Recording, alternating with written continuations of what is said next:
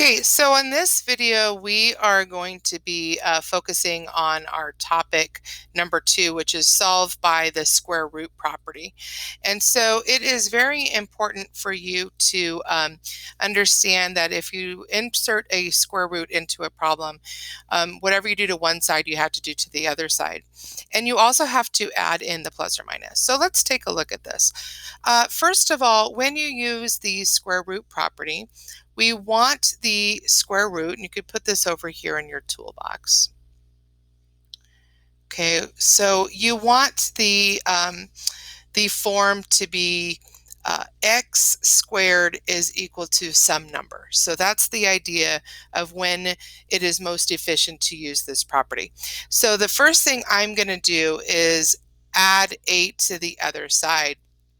And then what I can do now is take the square root of both sides, so that if I take the square root here, then I end up with x is equal to, don't forget, plus or minus rad 8. And so we want to simplify that because we can simplify rad 8, and it would be x is equal to positive 2 rad 2, or x is equal to negative 2 rad 2. And again, all I did was simplify rad 8. So let's take a look at number 2. So again, we want to have x squared equals a number. So I'm going to subtract 1. I get 4x squared is equal to 6.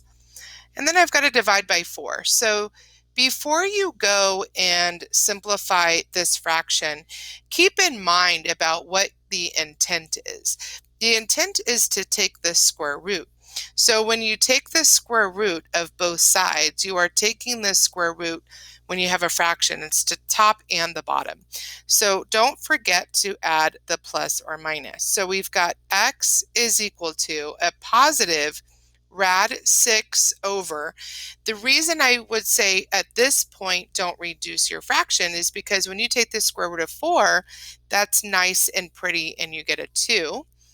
And then you also have the negative version of that, so negative rad 6 over 2, and you were able to quickly solve. If you reduce early, you might have to go back in and rationalize any denominator that has an irrational number with it.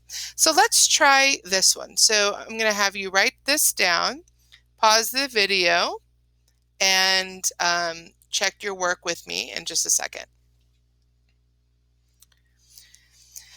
Okay, so remember the idea behind this one is the square root property, which means we've kind of got to get this guy right here. So I'm highlighting this guy to be all by itself so that we can take the square root to both sides. So what I'm going to do here is to divide by 3, since this is undoing multiplication. And so now I have something like x minus 4 squared is equal to 5. Well, now I'm in a much better position to take the square root of both sides and add the plus or minus. So now I have x minus 4 is equal to positive rad 5, or x minus 4 is equal to negative rad 5. So I've separated it into 2 equations, and now I can just solve for x by adding 4. So I'm just going to add 4 to both sides, and remember, you can't combine those, and so you end up having 4 minus rad 5 as the other one. So you have 2 solutions, 4 plus rad 5 and 4 minus rad 5.